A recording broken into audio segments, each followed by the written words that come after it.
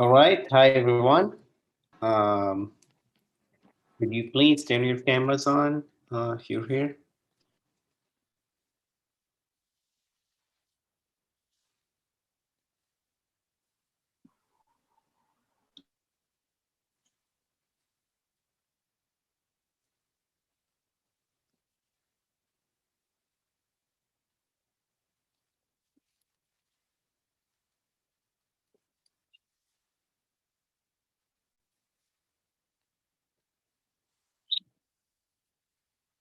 Okay. And if you haven't already, please don't forget to mark your attendance on the attendance sheet.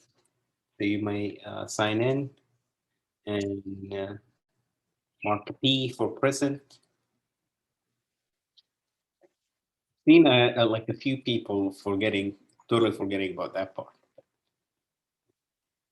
So let's see. We have Kellyanne, James, Grant, and okay. Hmm.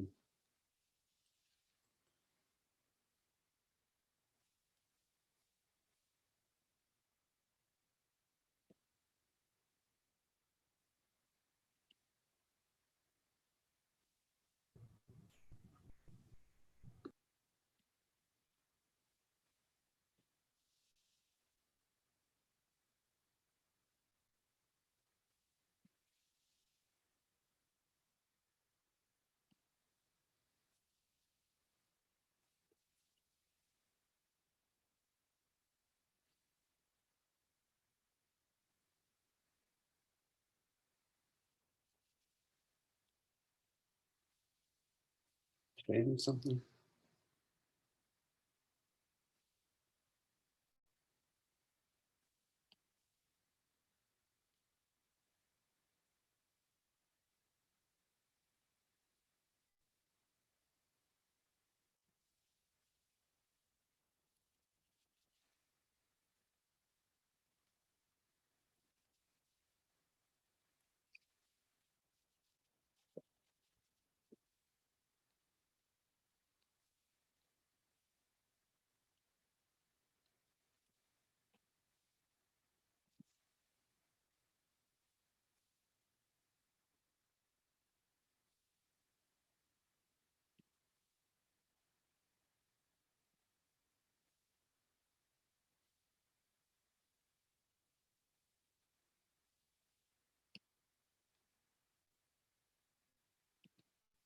Okay. So yeah, hello everyone again. So today I'm going to continue from where we've left on Monday. And so if you recall, I talked about literature reviews, why they are important, why they're useful, and how to read literature review. And so I was explaining why they are needed. So we mentioned a few reasons. One is just to see what has been established before, so you don't start a fruitless project. That is to say, if something that already has been investigated and found, why the need to investigate it again? Unless you're adding some nuance from your replication, right? So you're studying in a different context with a different population, with some added variables. So that's one. Two is like to find a backing for your claims, and that's an important part. So either to if you're hypothesizing in an academic setting or even in a professional setting that we should do something, or like our message should be centered around this factor or that factor, then you have to be backed up by data, either studies, surveys, finding that suggest your proposal is valid. Okay? And thirdly, it's like to find like the need to fill a gap. So that is to say, it could be that some research found, so research could find or provide you with contrasting findings. So one, for example, one set of articles could give you some positive effects for like smartphone use, and other research articles showing you negative effects of smartphone use. And so if you conduct a thorough literature review, you can then synthesize by showing, okay, here's the theory that explains when do you get positive effect and when do you get negative effects. And that's what we would call like establishing like a theoretical model, like by showing, uh, by explaining the relationship between variables or why such effects take place under which circumstances. And so, yeah, you won't get that deep in writing for this class, but you would analyze other literature reviews. Right? So today, um, so I'm going to do an analysis of literature review myself. So I've asked students to do that in the individual assignments, and I'm going to do it today just to illustrate how this could be done and what the value of literature review. We're going to use this analysis in more than one assignment. So the individual assignments consist of all but one, to be fair. So all but one consists of actually all but two. So we have four individual assignments that consist of you reading articles and analyzing them. So it's really important to see how that should be done, right? So this article like was brought to my attention by one of the students in another section. So the question is, what happens when one romantic partner becomes so attached to their smartphone, right? So attachment to smartphones could like distract you from your romantic partner. If we try to reformulate this question in a way that is testable and investigatable. So remember, we said that claims in empirical research have to be measured and verifiable or falsifiable, so we can test them directly. And so the question that the author Lapierre and Custer asked for their research is the relationship between smartphone engagement and relationship satisfaction in a romantic partnership. So here they had two things, like mainly smartphone engagement, like how observed are you into your smartphone screen, and satisfaction with your romantic relationship. So and so if then if we want to look further, like how they constructed their introduction part and literature review part. And by the way, the link to this article or the article itself is uploaded to Blackboard if you want to pay attention. But we're not concerned with the content per se. It's just by the way those authors are constructing their argument. So you could learn when you read other articles, or get willing, you're planning to propose your own research one day in the future. So uh, from the introduction, if you like, as I said, the authors tell you why the research matters. So here from the introduction and upcoding, they say the potential influence smartphones have on users' life and their ability to connect with others, particularly among young generations, warrant thorough investigation. So they're simply saying smartphones are everywhere in our lives, so their impact has to be assessed. And so, and there's evidence to suggest that these devices, i.e., smartphone devices, can negatively affect personal well-being and interpersonal relationships. So if smartphones are ubiquitous, and we found some reports, some research showing that they could have some substantial impact on well-being and the health of interpersonal relationship, whether it's in family relationship, worker relationship, romantic relationship, etc. Then this topic is important because if they had negative effect, we should know. So that's to summarize, like why it matters, this research. What made the authors like reach that suggestion that smartphones have negative effects? They looked into past research.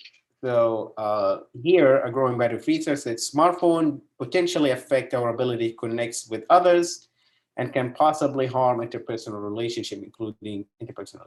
And then they cite other articles, right? So it's not only coming from, so the most important part here, when you do research, the claims you make, remember we said, where do you come up with your claims? The claims you make should not come from your intuition or like your own feelings, like I feel smartphones are bad, then they must be bad. Well, the intuitions could be true, but you cannot make that claim in an academic article without providing some evidence, right? Like such and such study found that smartphone use has harmful effects on interpersonal relationships. You can do that on a lecture review. You should do that, actually, right? And so smartphones harm interpersonal relationship because we display time being spent on communicating with one another, right? So yes, so it is both logical and you have actual evidence for it. So you see, this is how they're constructing their argument. So if that's the case, then what's exactly the research is trying to do? So remember when I said they point out to research that has been done and then what yet has to be done. So if other researcher found smartphone use affecting interpersonal relationship, then what's the value of your research if we already know that? The answer is what the authors are saying. So although research has implicated smartphones and negative effects to romantic relationship, little is known about how they influence that. Uh, so they're saying we don't know why or like what's the mechanism by which smartphone use affects um, interpersonal relationships, right? We only see, remember the correlation, not equal causation thing. So some researchers found there is a correlation, but nobody has explained yet how that happens. People could come up with different ideas, but no one demonstrated that in a like an empirical setting. So they're saying we are about to launch a survey, sample, give you a sample number, like what's the, how like smartphone use affects like relational discord as they call it, or if smartphone dependency, also known as smartphone addiction, is the actual problem. So here they are proposing different alternatives. So remember when I gave the example about also smartphone, wait, smartphone use uh, like during bedtime or like before you go to sleep. And we said like, is it smartphone use or the light coming out of smartphones or the content you observe of smartphones like social media that keep you distracted? Which one is exactly affecting sleeping quality, right? Remember that? So here they're saying similarly, is it smartphone use or smartphone dependence, right? So here they're trying to explain the how part. Cool. Um, then once you suggest that, then you have to be careful about how you define your variables or the construct you're investigating. Uh, so they're saying it's crucial to distinguish between types of communication when considering how smartphone affect users. So they're saying smartphone owners uses 5 hours smartphone time in a phone call. That's what they mean by person-to-person communication, like phone calls, texting, one-to-one, right? It's different than someone who's like spending 5 hours been watching YouTube's. So in other words, they're saying past research has lumped everything together. So I'll ask Grant and Jarrett and Santiago how many hours they spent on their smartphones, and then I measure, for example, whatever effects I'm looking into, like their academic performance and however. But I haven't asked any one of them like how they're using their smartphones, right? Because someone could be using it for like social media 24/7. Someone else should maybe communicating with their families and even girlfriend, right? So even if you go back to this topic, if you're looking into effective smartphone use on relationship, there will be a difference between someone spending all of their time on their smartphones playing games versus the person who actually just constantly talk to her or his boyfriend or girlfriend, right? So the authors are saying we should be careful about what do we mean by smartphone use. We should actually differentiate between used for intercommunication and used for media and used for social media, right? That's how I said you address the gap. Remember that? So you look into past research and then you say, huh, so maybe, yeah, you could see relationship between mobile use or smartphone use, but is all smartphone use the same? That's the contribution of the authors, right? Um, then the authors continue to show like why we could see some divergent results. So on one hand, increased ability to reach out romantic partners, help to connect romantic partners better, right? So if I could communicate with my partner, even if I'm out at work, when we used to go out at work to work, or like even if I'm in a Zoom call, I could still text, and that was not available before smartphones, uh, arguably speaking, right? So it could be that some smartphones used to facilitating more romantic communication or romantic interpersonal communication, or on the other hand, cell phones could overwhelm romantic partner, increase stress related to access.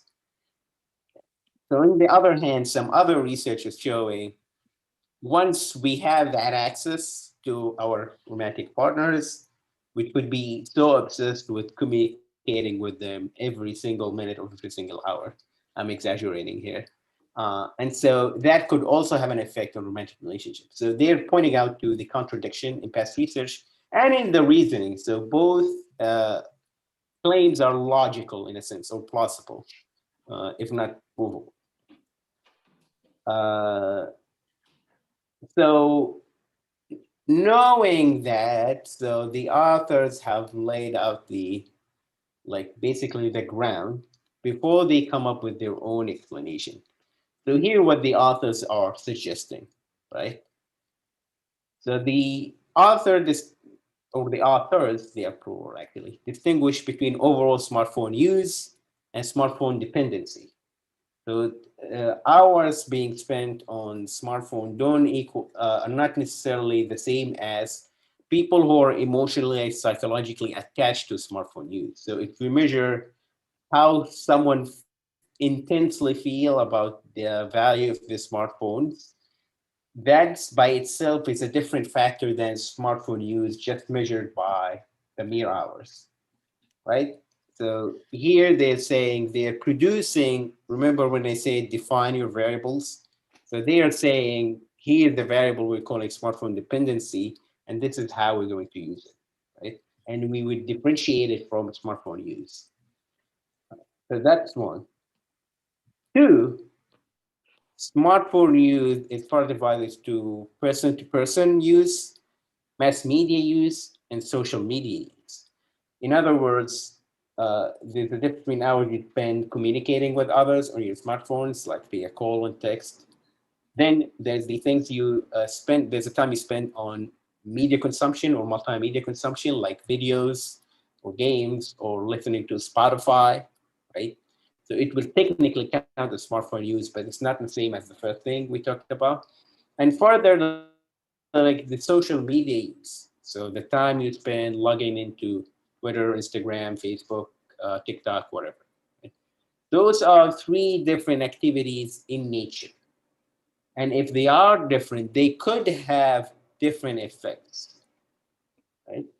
So you see, yeah, here the authors are showing you, they talked about how different research showed like different results when it comes to relational satisfaction. And they are saying if we divide up smartphone use, we could figure out how that takes place, like which factor in here lead to effects on relational satisfaction, right? So you see, yeah, the movement towards more clarity in defining the variables. Uh, so yeah, each of these components might lead to decrease in time spent with partner. And then here comes the mechanism part. Time spent with partners affects relationship satisfaction. So they are saying all of these factors in here they will affect relational satisfaction if they affect time you spent with your partner. So in other words, if your smartphone is taking you away from paying attention to your partner, talking to them, building relationship with them, understanding them, listening them, like having some quality time, like going out or something, then yes, we would see a decrease in relational satisfaction. So that last part is what we call the mechanism. So how something moves from point A to point B, and they are saying yes, it moves from point A to point B via the time spent vehicle. All right. So that so once they introduce the mechanism, then it doesn't matter whether you use it smartphone use like so unless it affects time spent with partner, you should not see effects of relationship satisfaction. So this is the vehicle, the mechanism. So once the author proposed that mechanism that hasn't been proposed before, we would call that a theoretical model. Because remember, when I define theory multiple times, it's not theory is not only stating there is a relationship, but it's explained relationship. You explain why there's a relationship between X and Y, or why there's a relationship between smartphone use in this case and relationship satisfaction.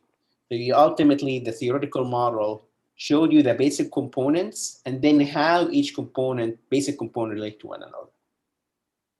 That's what we call a theoretical model. So this is from the paper. This is how we visualize it. So as you can see here, the authors divided up smartphone use into person-to-person smartphone use, mass media smartphone use, and social networking or social media smartphone use, as I mentioned earlier. And smartphone dependency, that's the psychological addiction, or like problematic use, or like intense emotional attachment, call it whatever you want to call it. Then that will affect your time of communicating with partner, either face to face or mediated. Mediated means via a medium like a phone. So those two both refer to two ways of communicating with partner. And then that would affect relationship satisfaction and affectionate communication. The affectionate communication means like romantic communication, like communication solely being spent to build up your relationship, right? And then they got into the details to how they measure it, but that's a different story, right? So you could see how then things have evolved, right? So this is much more detailed than saying, hey, people who use smartphones more tend to have worse relationship, right? This is more, how to put it, nuance, correct? Like you see the mechanisms, you dissected each part of the variable, and then they tested the directions from each factor to the variables they are measuring. So does this make sense? Does this make sense? Right. So cool. So the point is, the authors could not produce this before they've done or they conducted the literature review. Cool. Like you could be very smart, like intuitively you could come up with this, but once you like when you read, you actually see like what different takes some researchers have taken, what different or divergent or even contrasting results or contradictory results you see. So some showing positive effects of smartphone use and others showing negative effects of smartphone use. And then once you read that, you as a researcher has to work out that contradiction. And so the author's solution was then, yeah, like by having, instead of smartphone use, you have three separate factors in addition to smartphone dependency, which is like the psychological over dependence on smartphones. Cool. So that's how literature review guides you. Now let me ask you a question. Um, Assuming now that 10 years from now, 15 years from now, 20 years from now, a new device comes or like becomes more popular and ubiquitous. Like let's say, for example, VR, right? So VR devices, assuming they become more affordable, that's first, and even more advanced and useful. Would this model you see right here be helpful in understanding the effects of VR devices on relationship?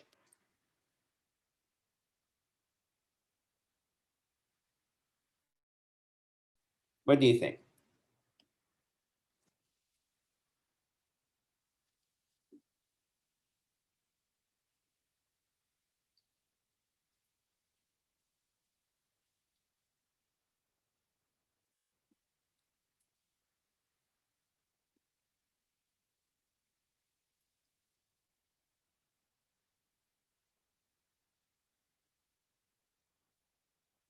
Can you repeat the question, Professor? Sorry.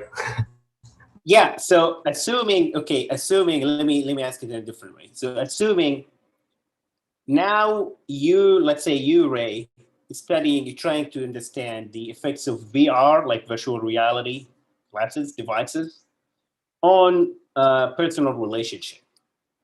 Would this study right here or this model be helpful in you conducting that investigation?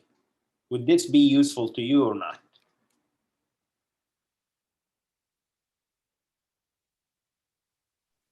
Yeah, I think it would be useful. And why are you saying that, Jared? Because it helps you. You already have like a basis for what you kind of know about previous technology.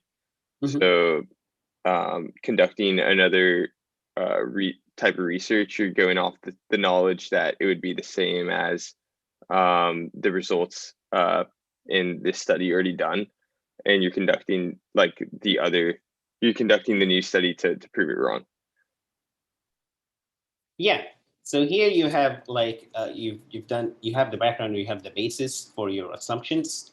So would you, if you are you projecting that, for instance, VR would have a negative effect on romantic relationships, right? That just doesn't come out of like what you're guessing, like because here research showing if smartphone use affects time spent with partners, which then affects the quality of the relationship, then any other device that takes your time away from your partner would have the same effects, right? So it's not a far stretch when you're saying if it's true for smartphone devices, it should also be true for VR or virtual reality devices, right? You're just replacing one device right here, but the mechanisms, right? Because this model or this theoretical model all produce the mechanism. So they're saying, hey, it's all about the time you spent on quality communication. And any other device, or for that matter, any other app. So give you like a simpler example, like you want to study or research the effects of time spent on TikTok and relationship satisfaction or relational quality or like communication, interpersonal communication quality. If the mechanisms are the same, then the effects should be the same. So yes, if TikTok takes away from the time you spend on face-to-face communication with your partner or mediated communication, i.e., calls, texts, etc., with your partner, then yeah, that should affect relationship satisfaction. Right? So whatever something you put in here, this research true was focusing on smartphones, but the theoretical implications go beyond smartphones, right? Because the mechanism, as I say, it could be replicated for other devices and other contexts. So is this point clear? Like I wish like you could see like when you look at past research, It won't tell you exactly what your hypothesis should be, but you can connect the dots. Uh, Similarly here, so let's give you another example. So if we change this like relationship satisfaction between romantic partners, what about relationship satisfaction between parents and like infants, or like siblings, or like co-workers? It should be the same, because if, for example, you're studying, does the use of cell phone or smartphone, sorry, in the workplace affect the quality of the relationship between the coworkers, right?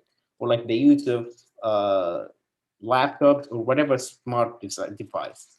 Yes, so if that doesn't allow for building like a quality relationship building communication techniques in the workplace. So things like, yeah, just hanging out with your coworkers, or like chit chatting, or like uh, involving yourself on solving problems together. If you're instead of doing that, doing like some work or play on smartphones or any other device, then yes, it should affect the relationship between you. Okay? So that's why I was saying theory explains, it doesn't only show you, it explains why. And if that explanation apply to another context, you can make the same prediction, even in a different context. Um, so I hope that part is clear enough. Um, any questions so far? Well, so I do have, so let me actually give you this one in the chat. So uh,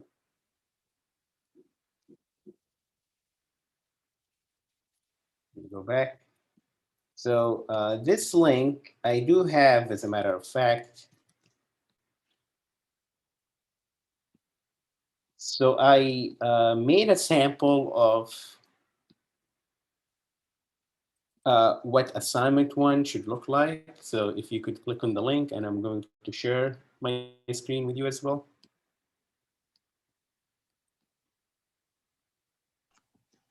Professor, it says you need access. Is this intended? Oh, sorry. No, it's not intended. So let me share let me change the sharing settings. Thank you.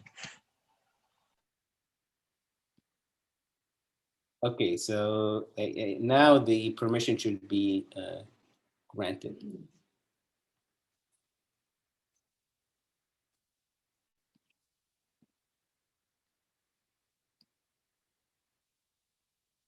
Right. Yeah. So here I actually, so this is, so I gave the whole lecture on this part. So here, so the article I was talking about, I here applied that to, so I made I solved assignment one, but for the article I talked about. So title of the article, just copy paste, but then topic of the paper. And so, yeah, in a just a layperson language, study investigated the relationship between smartphone use and couples being unsatisfied in their romantic relationship. So particular people attached to their smartphone will be less willing to communicate with their partners, which harm their satisfaction with their romantic relationship. So you see, yes, so I just explained what the authors were trying to say. A study importance is similar to what I said in the lecture, because smartphones can take parts of our lives, and everyone is using them. uh, any serious effects for smartphones should be taken seriously. And so we should see if there's a negative associations between smartphones and other aspects of life satisfaction, because those would have larger implications for society. So that's the importance. And then previous research, so I haven't summarized every single article the authors cited, but I just gave like the general, so you can see only here like a short, like one paragraph only. And it's honestly, it's mostly copy paste and modify a little bit just to condense it. So yeah, like there is an association between smartphone devices and ability to communicate with others.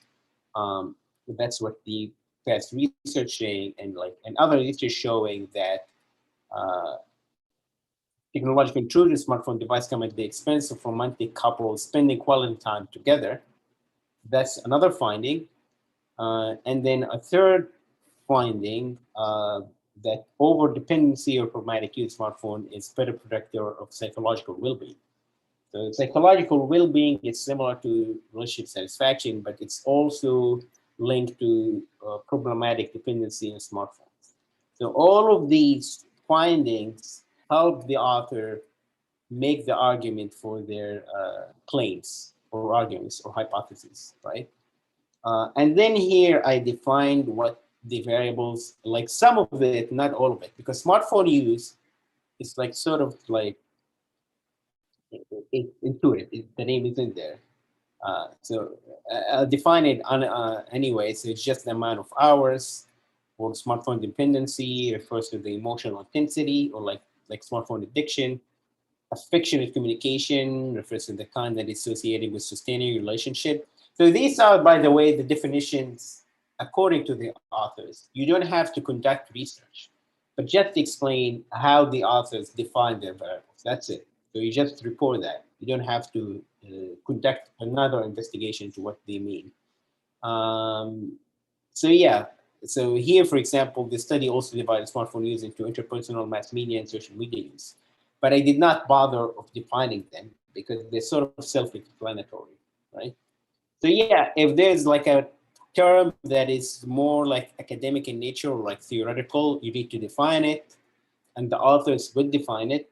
Otherwise, like yeah, things like screen time. Yeah, we know what screen time is, so you don't have to. Yeah. And then this article has had like 8 hypotheses. So this section is long, not the case in the articles I gave to you.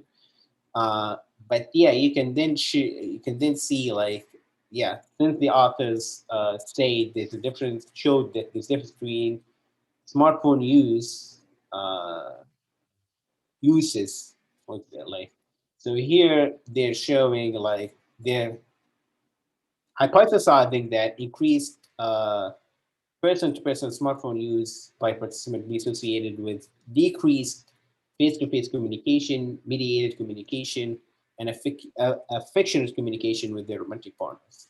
So they're saying increased smartphone use, actually, let me just, increased person-to-person smartphone use decreases those 3 things, right? So face-to-face communication with the partner, mediated communication with the partner, affectionate communication with the partner, right? And so then they say the same thing about mass media use, smartphone use, and social network or social media smartphone use, right? So I'm showing, yeah, like because yeah, based on the literature review, they made these hypotheses. That's it, right?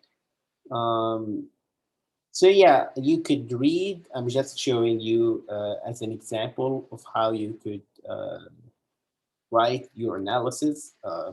This technique, so we would do this for activity number 1 and also for other activities as well. But yeah, in general, what I want you to come up with is like how you could read an article critically. And by that I mean you could look into which, you can summarize their arguments succinctly, even if they had like 5 pages trying to make that argument. But you just look at the major components and see, okay, these are the variables the authors are pointing to and what they are predicting those variables would produce. Right? And then, yeah, you could read these like later when if you're doing assignment 1. Um, so basically, that could that should conclude. So let me then conclude.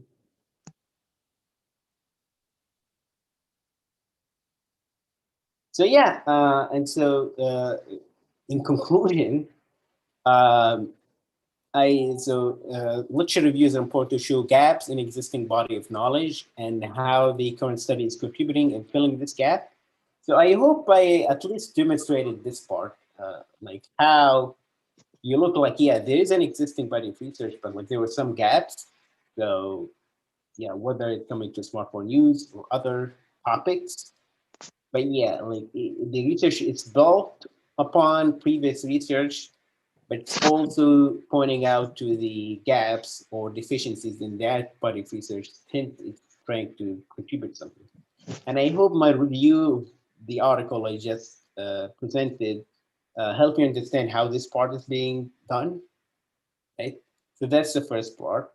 Um, and as we said last time, so literature reviews, it is a fundamental part of academic research, but also for secondary research. And so imagine, for instance, you're working for the one I gave, the example I gave about like a company, like should we allow workers to use mobile games during working hours, right? So that's a practical question, practical policy question. How is that going to be informed by the research, right? So you would see what effects. So even if no one has conducted research on game like mobile game use in the workplace, you can find similar research to like other settings, but you can apply the same findings to your situation. Right? So there are practical lessons you draw from academic research, at least good academic research, not all academic research. So there's a practical lessons that would allow you to suggest ideas for management, for policy implementation, for marketing, for advertising, you name it. Uh, and finally, yeah, literature reviews demonstrate to the readers what the concepts the authors are going to talk about mean. Right? So the authors don't start their paper by saying, here's our hypothesis in one line, and then they just show you the results. They actually spend a good portion of the paper going through a literature review to define each concept and why it's important to look at them. So the authors would tell you why it's important to divide smartphone use into interpersonal communication use, multimedia use, and social media use, right? So to explain the different effects that each component would have. Right? So when you read the results, you'd have an understanding of what the authors are talking about, rather than trying to figure out what each term means. So that's it. We finished a bit earlier today, which is great. Do you have any questions so far? So we're done with the lecture review part of the class. And yeah, we'll have a different topic on Friday. Any questions? I have a quick question Yes, for Colin. like going off your formatting, like it's not supposed to be double spaced, right? The activity one. Yeah, yeah. Although Oh, it is. to be fully honest with you, it's not a big deal. Okay, I just wanted to make sure. Yeah, yeah. It used to be for grading purposes, but now the system is better. Like, yeah, even if it's single space, that's fine. Okay, thank you. Do you want us to create a works cited page? There's no works cited. You're analyzing one article. So Okay. Because yeah. when I was writing my own paragraphs for the assignment, I just got a sentence from the whole article and I just put there and I just put a quote down there. But I was just wondering if there's anything I need to do to avoid the plagiarism. No, because I know which article you got it from. So all of the references are in the original article, right? So you don't Yes. need to do them in your assignment. Okay, thank you. Yeah. Professor, I also have a question. It says that on activity number 1, you said submit your answer in a separate Word doc using the template included. So where are we uploading the doc onto the assignment that you sent us? Yeah. So in Blackboard, you don't see the assessment that I No. posted that is due Friday. You should see that you should have a Dropbox, right? on Blackboard.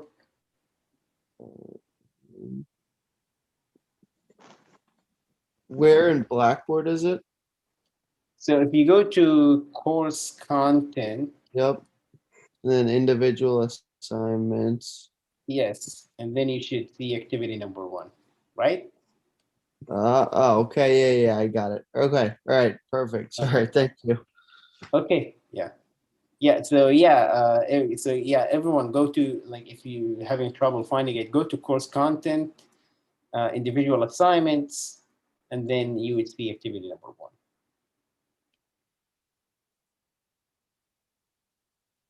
Got it? Mhm.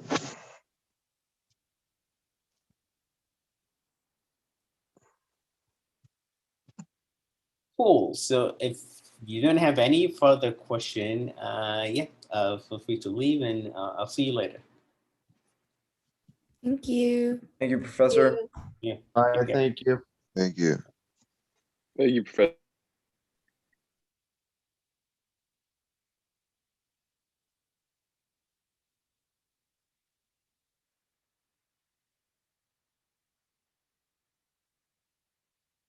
Jay, do you have a question?